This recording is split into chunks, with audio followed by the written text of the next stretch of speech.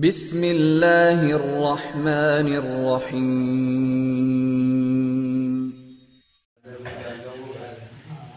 बिस्मिल्लाहिर्रहमानिर्रहीम। अल्हम्दुलिल्लाहि वकफ़ा व सलामुन अला इबादिहिल्लज़ीना इस्तफ़ा, अम्मा बाद। फ़अऊज़ु बिल्लाहि मिनश शैतानिर्रजीम। बिस्मिल्लाहिर्रहमानिर्रहीम। या अय्युहल्लज़ीना आमनू क़ू अनफुसकुम व अहलीकुम नारा वक़ूदुहन्नासु वल हिजारतु अलैहा मलाइकतुन ग़िलाज़ुन शिदादुन ला यअसूनल्लाह मा अमरहुम व यफ़अलून मा युअमरून। सदक़ल्लाहुल अज़ीम।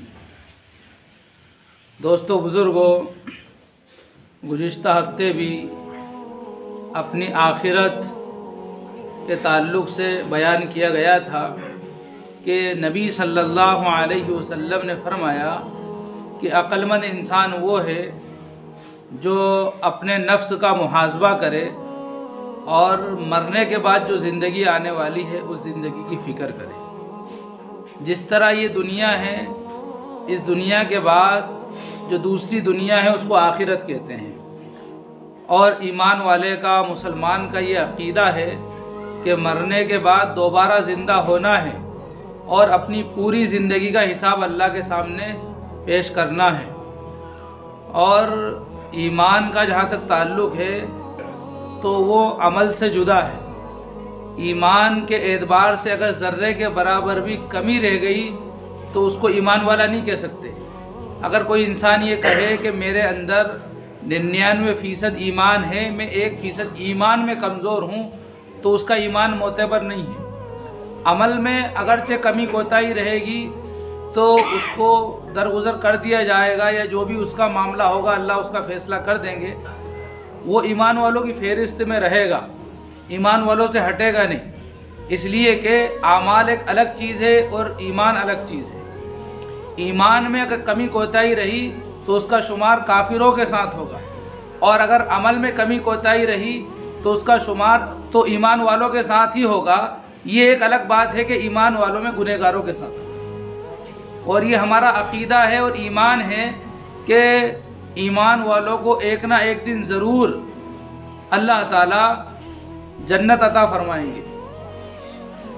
जिसने जैसे आमाल किए होंगे उसके हिसाब से उसको जन्नत मिलेगी।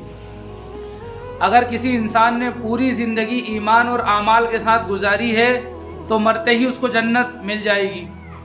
और जिस इंसान ने गुनाहों में ज़िंदगी गुजारी, आखिरत की तैयारी नहीं की, सिर्फ उसके पास एक ही नेकी है और वो है ईमान, तो इस ईमान की बुनियाद पर भी वो इंसान अपने गुनाहों की सज़ा भुगत कर एक न एक दिन ज़रूर जन्नत में दाखिल होगा। तो दोस्तों बुज़ुर्गों, ईमान बहुत आला दर्जे की और कीमती नेमत है। अगर ईमान में ज़र्रे के बराबर भी मिलावट हो गई तो इंसान ख़तरे में पड़ जाएगा। और आज के हालात ये हैं कि मुसलमान और मुसलमानों में बढ़ता हुआ रुझान शुकूक व शुबहात की तरफ दिखाई दे रहा है कि आज जो नस्ल तैयार हो रही है यह हमारे वो मुसलमान भाई जो दीन के कामों में या दीन की मजलिसों में जिनका उठना बैठना नहीं है, जो मुसलमानी माहौल से बिल्कुल अलग थलग रहते हैं, वो शुकूक व शुबहात का शिकार हो रहे हैं। और इस तरह से उनके ईमानी अक़ीदे में कमज़ोरी आ रही है। और मैंने अभी बताया कि ईमान में, अक़ीदे में ज़र्रे के बराबर भी अगर कमी है तो इंसान ख़तरे में है। इंसान ख़तरे में है, और ख़तरा यह है कि उसका शुमार फिर ईमान वालों में नहीं होगा, काफिरों में होगा। अमल में तो पूरी ज़िंदगी उसने जो है बेअमली की गुजारी, तो भी उसका शुमार ईमान वालों में होगा अगर उसके पास ईमान है तो, अक़ीदा उसका मजबूत है तो। और अक़ीदा क्या कि वो अल्लाह को रब माने, अल्लाह को रब मानकर ज़िंदगी गुजारे और जन्नत और जहन्नम पर ईमान लाए, नबियों और रसूलों पर ईमान लाए, मरने के बाद दोबारा ज़िंदा होने पर ईमान लाए, और जितनी भी किताबें आसमान से नाजिल की गई हैं उन पर ईमान लाए, और कुरान करीम आखिरी जो किताब है इसके मुताबिक ज़िंदगी गुजारे और इस पर भी ईमान लाए। नबी सल्लल्लाहु अलैहि वसल्लम को आखिरी नबी माने, इस बात पर ईमान लाता है तो अगरचे वो अमल में पीछे है, कमज़ोर है, उसको बख्श दिया जाएगा, एक ना एक दिन ज़रूर वो जन्नत में दाखिल होगा। तो दोस्तों बुजुर्गों, आज इंसान और इंसानों में वो इंसान जो आमाल कर रहे हैं, उनमें भी बाज़ लोग अपने अकीदे में कमज़ोरी का शिकार हैं। और अकीदे में अगर कमज़ोरी आ गई तो जैसा कि मैंने अभी कहा, वो ख़तरे में है। और ये ख़तरा बड़ा ख़तरनाक है, बड़ा ख़तरनाक ख़तरा है कि ये इंसान को ईमान से महरूम करके कुफ्र में दाखिल कर दे। आज के दौर में जैसे कि एक मिसाल मैं आपके सामने जिक्र कर दूं कि ये पढ़ाया जा रहा है और बच्चे ये पढ़ रहे हैं कि जो चीज़ आंखों से देखो उस पर ईमान लाओ, उस पर भरोसा करो, और जिस चीज़ को तुमने नहीं देखा, जिसकी शक्ल सूरत तुम नहीं पहचानते, उसको मत मानो। ये बेवकूफ़ी है दोस्तों बुजुर्गों, जबकि हमारे मुसलमानों का ये अकीदा है कि अल्लाह है और हम उस पर ईमान रखते हैं। लेकिन हमारी तवज्जो न होने की वजह से आज हमारी नस्लें जो हैं अल्लाह की मुनकिर बन रही हैं। इसलिए कि जो इंसान अल्लाह का इकरार करता है, अल्लाह को रब मानता है, अल्लाह को हाज़िर नाज़िर जानता है, वो ज़रूर जो है अपनी ज़िंदगी में सुधार लाता है, अपनी ज़िंदगी को सही रुख पर लाता है। और अगर आप मुआशरे में चल फिर कर देखेंगे तो एक नहीं कई लोग ऐसे मिल जाएंगे जो मुसलमान हैं, आमाल भी करते हैं, अगरचे वो ज़्यादा नहीं थोड़े अमल करते हैं, कभी कभी नमाज पढ़ते हो, लेकिन अकीदे के एतबार से वो कहीं ना कहीं इस चीज़ का शिकार हैं। बाज़ दफ़ा वो अल्लाह ताला की शान में गुस्ताखियाँ कर देते हैं, कुफरिया जुमले अपनी ज़बान से बोल देते हैं। अगर वो अल्लाह पर ईमान रखते, यकीन रखते, उनका ये यकीन होता कि अल्लाह है और अल्लाह हमारा रब है, तो कभी भी अपनी ज़बान से कुफरिया जुमले नहीं कहते। तो ये बातिल की बहुत बड़ी मेहनत है इस वक्त।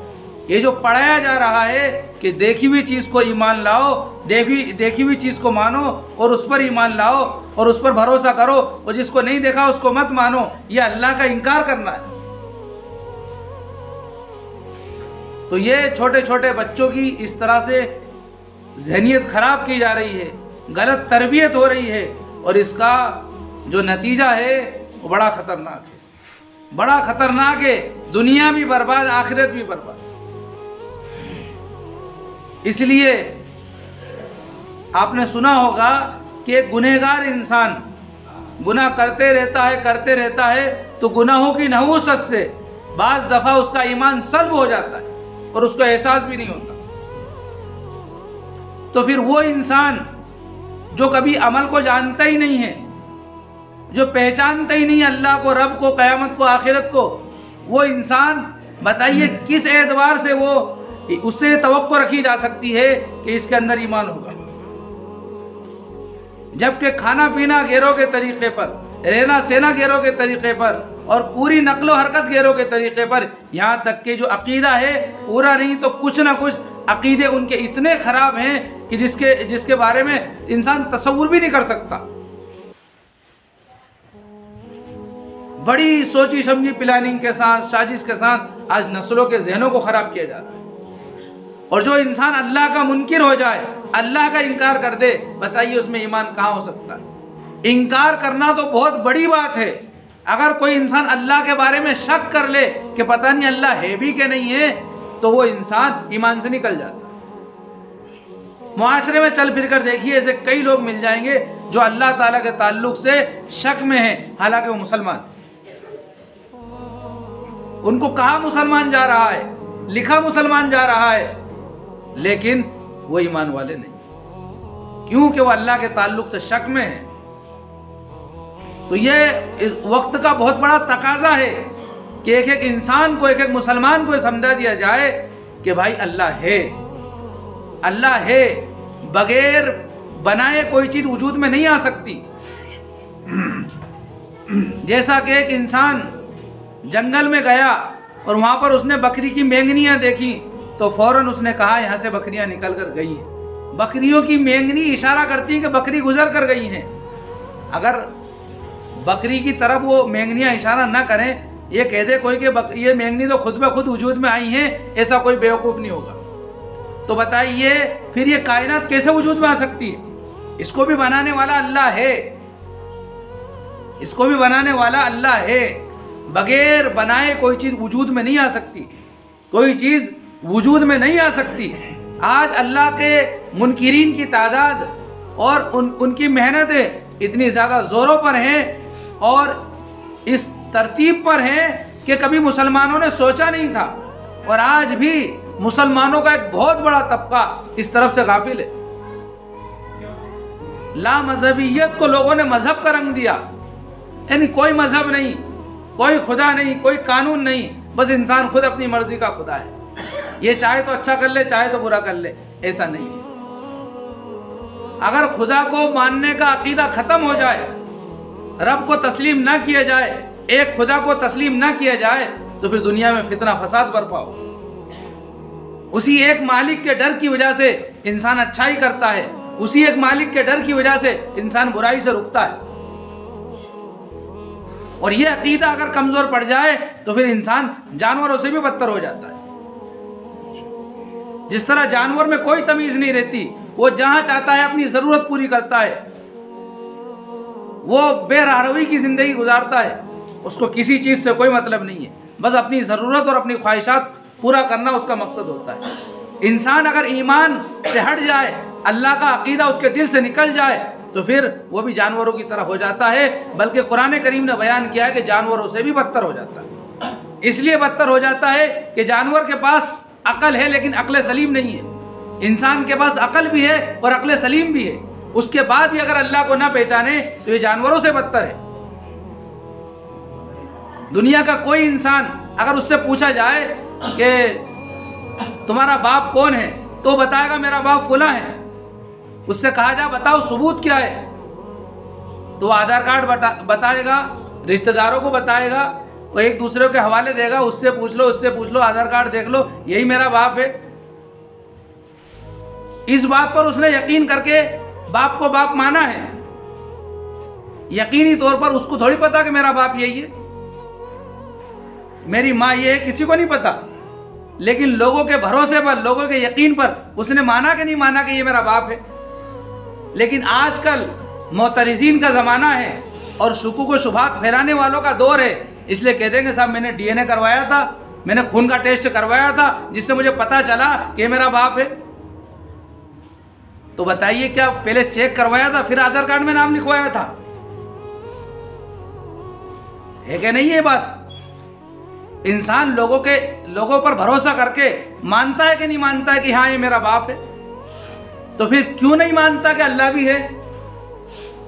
लोगों के भरोसे पर, लोगों के यकीन पर, और जबकि ये कहने वाले कोई मामूली लोग नहीं थे, अल्लाह की तरफ से भेजे हुए पैगंबर थे, रसूल थे, नबी थे, जिनको अल्लाह ताला ने लोगों में से ही चुना और उनके पास अपने फरिश्ते भेजे और उनको जो है पूरी तालीमात से उनको जो है नवाजा, और उनके ज़रिए से फिर नस्ल इंसानी को जो है तालीमात मिली। वरना इंसान दुनिया में आया था तो इसको ये भी नहीं पता था कि मुर्दे को दफन कैसे करना है। काबिल ने अपने भाई हाबिल को मार दिया तो दफन करने का तरीका भी नहीं जानता था। अल्लाह ताला ने 2 परिंदों को भेजा, कौवे को भेजा। एक कौवा मुर्दे कौवे को लेकर आया और उसने अपनी चोंच से गड्ढा खोदा और उसमें उस कौवे को दबाया। काबिल ने देखा कि इस तरह मुर्दे को दफन करते हैं। इंसान तो इतना बड़ा जाहिल था, इसको कुछ नहीं पता था। अल्लाह ताला ने इसको इल्म से नवाजा है। आज इंसान थोड़ी सी अक्ल की बुनियाद पर वो खुदा का इनकार कर रहा है, खुदा का इनकार कर रहा है। और एक बहुत ही समझ में आने वाली मिसाल आपके सामने जिक्र कर रहा हूँ कि एक छोटा सा बच्चा जिद करता है कि मुझे तो मोटरसाइकिल चाहिए और बड़े वाली चाहिए, R15 चाहिए। तो छोटे से 5 साल 10 साल के बच्चे की ख्वाहिश उसका बाप पूरी करेगा? जबकि वो बाप उससे मोहब्बत करता है और उसके पास पैसे भी हैं, वो दिला सकता है, लेकिन फिर भी नहीं दिलाएगा। इसलिए कि उसको दिलाना मोहब्बत नहीं बल्कि नफरत है, इसलिए कि वो इस काबिल नहीं है। कोई दूसरा इंसान उससे कहता है कि आओ बेटा हम तुम्हें दिलवाते हैं, तो ये बच्चा क्या कहेगा? मेरा बाप तो मुझसे मोहब्बत नहीं करता तो मुझे R15 दिलाता, लेकिन मुझे मेरे पड़ोस वाले अंकल ने दिलवाई, फला भाई ने दिलवाई। वो दूसरों पर जो है मोहब्बत, दूसरों को जो है अपना हामी और मोहब्बत करने वाला समझता है। तो बताइए इसके लिए सही कौन है? ये बेटा, इस बेटे के लिए सही कौन है? जो 5 साल का है, 10 साल का है? इसका बाप सही है या दूसरा सही है? इसका बाप सही है। तो इस 5 साल के 10 साल के बच्चे को ये बात समझ में नहीं आ रही है कि अभी मेरी उम्र R15 चलाने की नहीं है, बाइक और मोटरसाइकिल चलाने की नहीं है। जो बात इसके 25 साल के 30 साल के बाप को समझ में आ रही है, वो 5 साल के 10 साल के बेटे को समझ में नहीं आ रही है। और अल्लाह ताला ने दुनिया के बारे में फरमाया कि पूरी की पूरी दुनिया अल्लाह के नज़दीक एक मच्छर के पर के बराबर भी नहीं है। तो पूरी दुनिया मच्छर के पर के बराबर भी नहीं है। बिलफर्ज ये समझ लो कि मच्छर के पर के बराबर है। पूरी दुनिया मच्छर के पर के बराबर है। तो फिर उस पर के हिस्से करते चले जाओ तो एक इंसान के हिस्से में क्या आएगा? पहली बात तो मच्छर का पर है ही बहुत भारी, और उसमें भी हिस्से करो तो एक इंसान कितना बड़ा होगा। तो ये इंसान जिसकी जो मच्छर के पर का पता नहीं कौन सा हिस्सा है, करोड़वां हिस्सा है, ये कह रहा है कि अल्लाह नहीं है। मत मानो इसलिए कि देखा नहीं। तो दोस्तों बुजुर्गों, इस तरह से नस्लें बर्बाद की जा रही हैं, शुकूक व शुबात ज़हनों में दाखिल किए जा रहे हैं। और आज के मुसलमान की हालत ये है, गौर से सुनिएगा, लोगों को बताइएगा, और अगर आप इस ओहदे पर हों तो अमल कीजिएगा। आज एक मुसलमान अगर कुर्सी पर बैठा हो और उसके पास कोई दूसरा मुसलमान जाए कि भाई मेरा आधार कार्ड सही कर देना, या मेरा वोटर ID बनवा दो, या मेरे बच्चे का जन्म प्रमाण पत्र सही करवा दो या बनवा दो, वो आपसे बात भी नहीं करेगा। इसके बिलमुकाबिल आप किसी गैर मुस्लिम के पास जाएं तो वो आपके सारे काम कर देगा। है कि नहीं ऐसा? मुझे बताइए, ऐसा है कि नहीं? है ना ऐसा?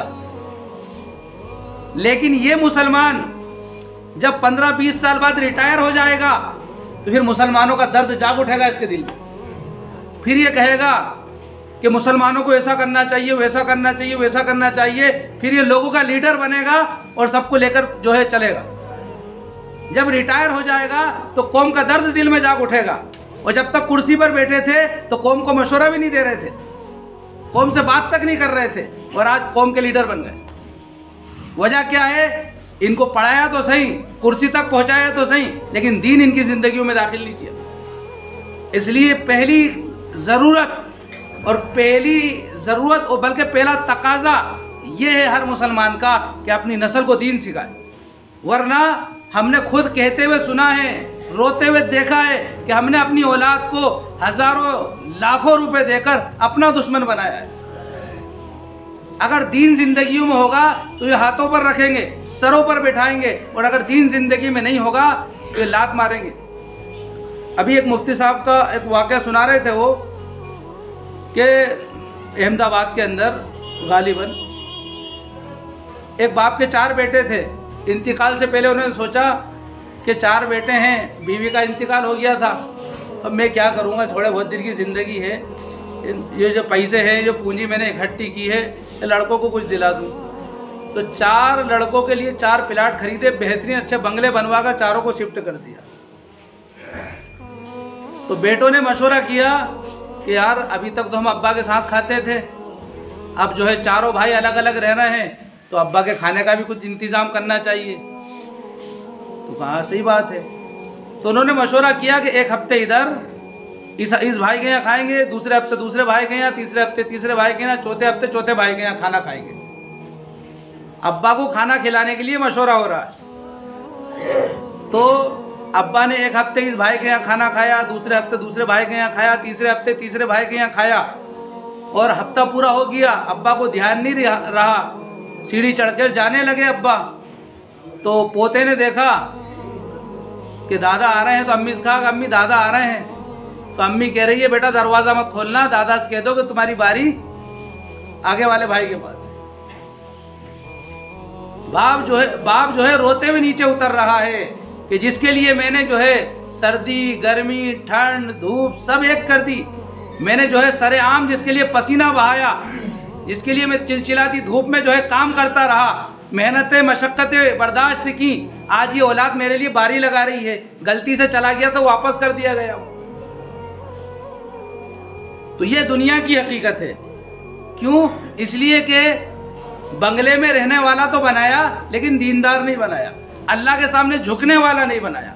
इसलिए दोस्तों बुजुर्गों, मेरी ज़िंदगी का मकसद, आपकी ज़िंदगी का मकसद, दुनिया में आने वाले हर इंसान की ज़िंदगी का मकसद सबसे पहला ये है कि वो अल्लाह को पहचाने और अल्लाह की मर्ज़ी के मुताबिक ज़िंदगी गुजारे। तो इस पर अमल करेंगे सब इंशाअल्लाह। उसके लिए नमाज़ें पढ़ो, जो ज़िंदगी में गलती हुई है तौबा करो और इस्तिग़फ़ार करो और दीन सीखो और अपनी ज़िंदगी में दीन दाखिल करो और अपनी नस्ल को जो है दीनदार बनाओ। दुआ है अल्लाह ताला से कि हम सबको अमल की तौफ़ीक़ अता फरमाए। आमीन व आखिर दावाना अनिल हम्दुलिल्लाह।